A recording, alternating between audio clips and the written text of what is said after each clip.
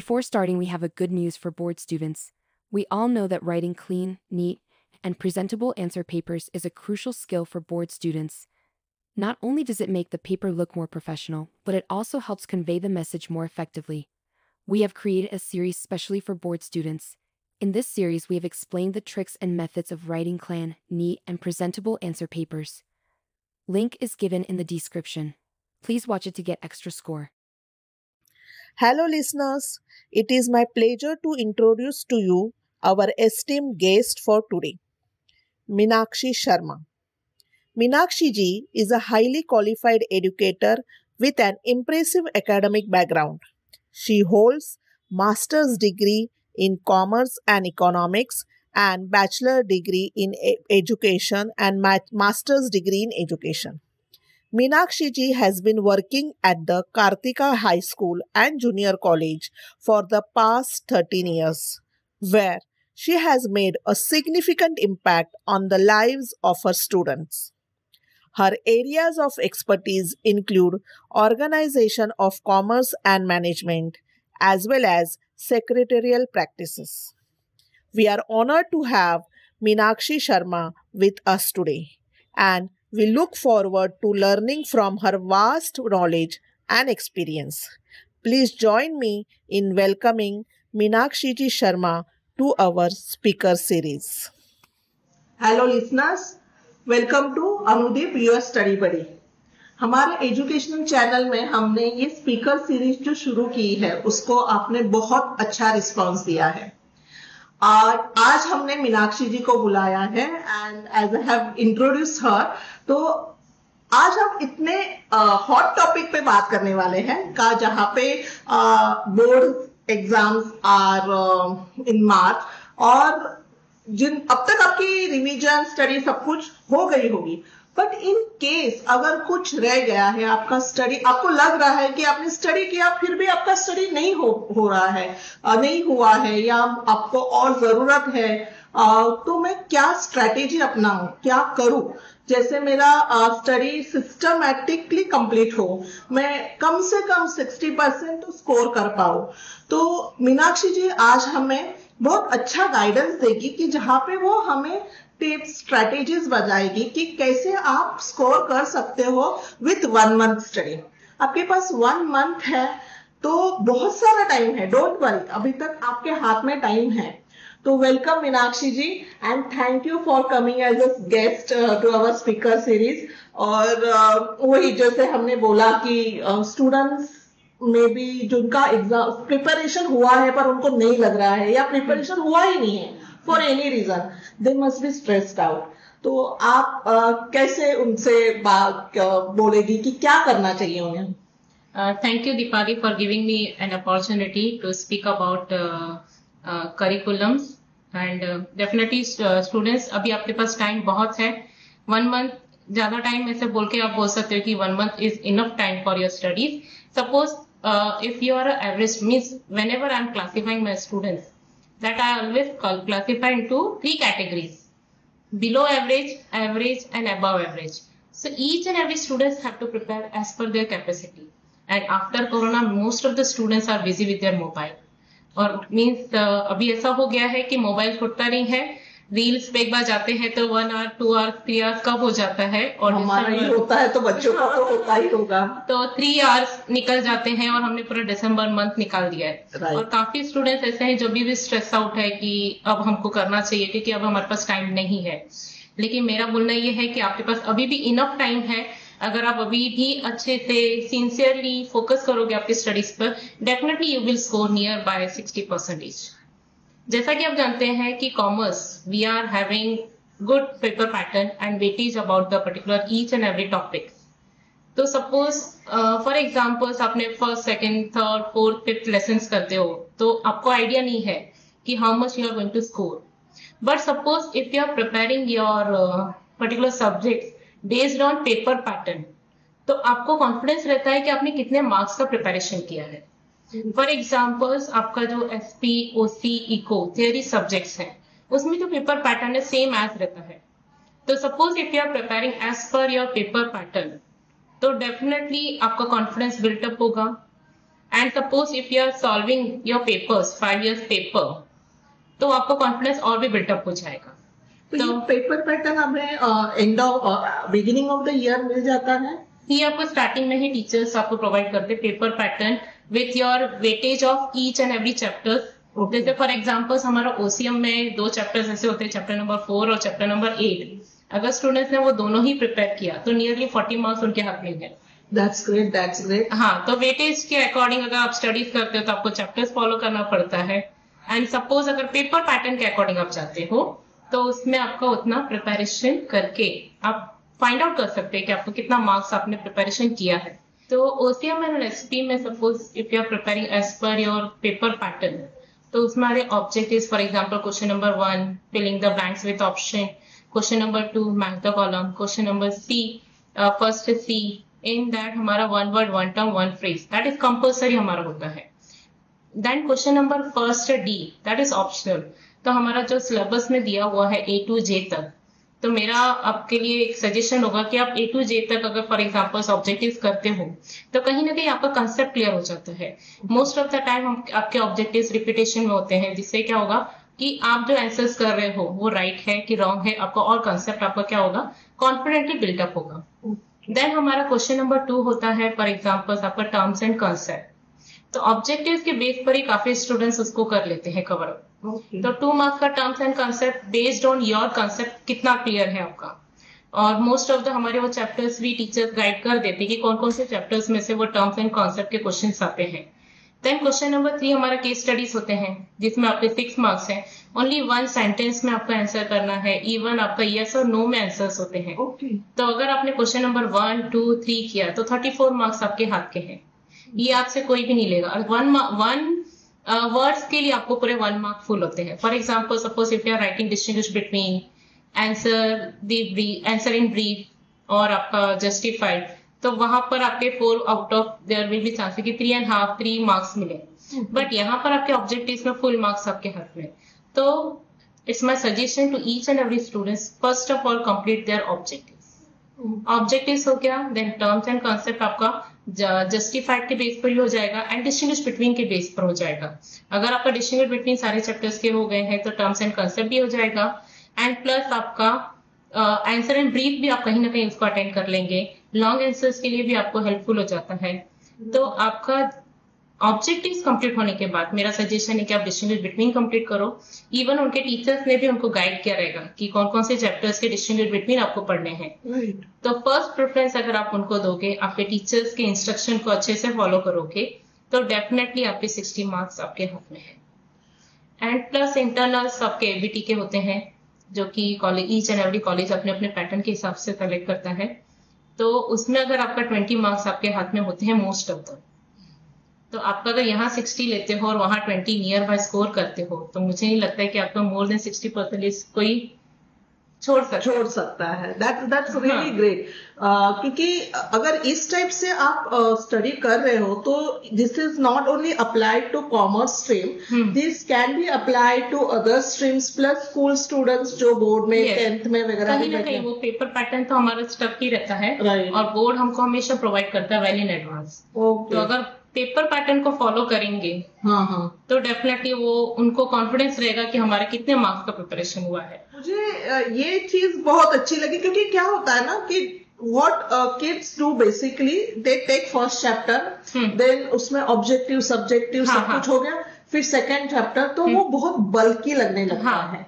और even if आपकी study complete, अभी तो हमने शुरुआत की थी कि अगर आपकी स्टडी कंप्लीट नहीं हुई है तो आप ये स्ट्रेटेजी, पर मुझे ऐसे लग रहा है कि अभी भले आपकी स्टडी पूरी कंप्लीट हो गई, आपकी 2-3 रिवीजन भी हो गए हैं, पर अगर ये जिन्होंने मन्नाक्षी ने जो बोला कि आप पेपर पैटर्न के हिसाब से स्टडी करोगे तो there are chances to score more, right? Not only 60, if your study is done, you can obviously score great marks.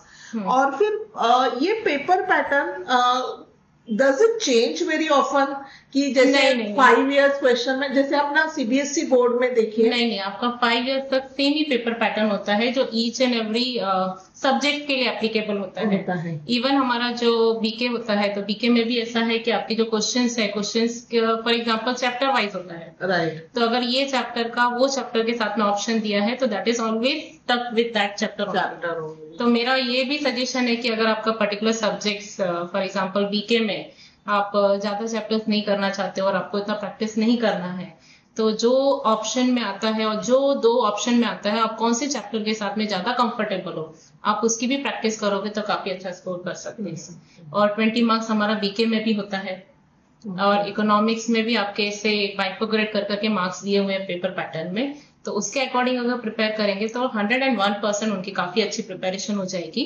But ये मेरा एक सजेशन ये भी है कि आप सिंसियरली करो एंड मॉर्निंग टू इवनिंग आपका प्रॉपर स्लॉट आप डिसाइड करो। फॉर एग्जाम्पल्स आप है ना लैंग्वेज को छोड़ दोगे तो लैंग्वेज हमारा बहुत स्कोरिंग होता है और लैंग्वेज ऐसा होता है कि some time you feel bore, some time you feel interesting.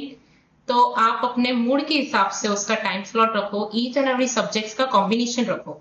ऐसा नहीं कि आपने एक ही सब्जेक्ट को पकड़ लिया तो दूसरे सब्जेक्ट्स को छोड़ दिया। तो ये डेफिनेटली आपके अदर्स की वजह से आपका क्या होगा, परसेंटेज अफेक्ट करेगा। तो मेरा सजेशन ये है कि आपके जो 6 सब्जेक्ट्स हैं, डेफिनेटली 6 सब्जेक्ट्स पर डे तो पॉसिबल नहीं है, तो आप 3 सब्जेक्ट्स पर डे करके आप ऐसे कॉम्बिनेशन में लेके जाओ कि एक टफ सब्जेक्ट है तो 2 इजी सब्जेक्ट, और फिर नेक्स्ट डे प्लान करते हो तो वैसे। और जो आपके टफेस्ट सब्जेक्ट्स हैं वो आप मॉर्निंग में प्रेफर करो, क्योंकि मॉर्निंग में क्या होता है, अपना फ्रेश माइंड होता है। तो जो आप 1-2 बार रीड करोगे तो आपके माइंड में काफी अच्छा स्टोर होगा। देन हमारे काफी ऐसे स्टूडेंट्स हैं जिनको प्रॉब्लम्स है कि मैम हमने पढ़ लिया है, सब बाय हार्ट कर लिया है, बट एग्जाम्स में लिखने को जाते हैं तो हम भूल जाते हैं, ब्लैंक हो जाना। यस, वो प्रॉब्लम होती है because you are not having writing practice. Very true. हाँ, तो मेरा सजेशन ये भी होगा कि सपोज आप ऑब्जेक्टिव्स आपको प्रिपेयर करने की और राइटिंग की जरूरत नहीं है, उसके लिए मैं दीपाली मैडम के पास आपको एक लिंक शेयर करूंगी जिसमें almost 2 subject for example SP और ओसीएम का मैंने गूगल फॉर्म रेडी किया है। और वो आप अगर जब भी मोबाइल टाइम है तो डेफिनेटली मैं आपको सजेस्ट करूंगी कि आप एक बार तो करो सॉल्व, तो आपके ओवरऑल पूरे चैप्टर्स का ऑब्जेक्टिव्स रिवीजन हो जाएगा। बट आपकी जो distinguish between justified answer and brief है, तो आप 1-1 या 2-2 भी करते हो तो आप उसको प्लीज राइटिंग में भी करो, क्योंकि राइटिंग में करोगे तो आपके माइंड में वो लॉन्ग लास्टिंग हो जाता है। और अगर आपने इसे बाय हार्ट करके छोड़ दिया है तो फिर नेक्स्ट टाइम पढ़ोगे तो ऐसा फील होगा कि अरे हमने तो पढ़ा ही नहीं है। राइट। तो writing practice is also very much important. And plus जब आप वो पर्टिकुलर क्वेश्चन प्रिपेयर करोगे और राइटिंग के लिए डालोगे तो आपका सजेशन है कि आप टाइमर लगा के करो, क्योंकि timer is very much important, क्योंकि 80 मार्क्स का पेपर आपको 3 आवर्स में फिनिश करना है। राइट। देन काफी स्टूडेंट्स बोलते हैं कि 3 आवर्स का टाइम था बट हमारा पेपर कंप्लीट नहीं हुआ। क्यों नहीं हुआ? क्योंकि आपने टाइम मैनेजमेंट नहीं किया।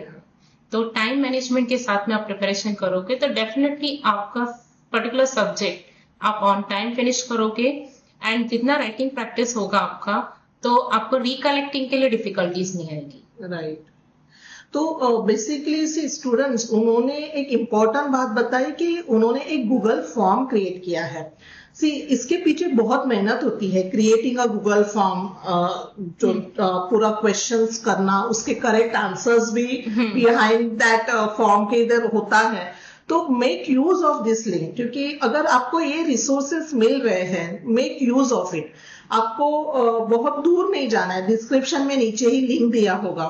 और अगर आपको कहाँ पे कुछ आता है, डाउट आता है, कुछ आता है, तो you can always contact your professor, they are always ready to help. सिर्फ ये होता है कि आपको उनके पास जाना है और पूछना है, क्योंकि इतने सारे बच्चों में से वो हर एक के पास है कि पूछ नहीं सकते कि आपको ये समझा क्या, ये समझा क्या नहीं। और तो क्या होता है ना, कभी ऐसे भी हो जाता है कि कुछ टीचर्स, क्योंकि आप पूरे ईयर उनको परेशान करते हो, और लास्ट मोमेंट पे आप आके डाउट पूछोगे तो टीचर्स थोड़ा शाउट करेगी, लेकिन जितने गट्स के साथ आपने टाइम वेस्ट किया है तो उतने गट्स के साथ मैं सजेस्ट करूंगी कि टीचर्स के पास जाओ। देखो आपका राइट है वो, राइट। हाँ, फर्स्ट ऑफ ऑल आपका राइट है टीचर्स से अपने क्वेश्चंस, अपने डाउट्स क्लियर करने का।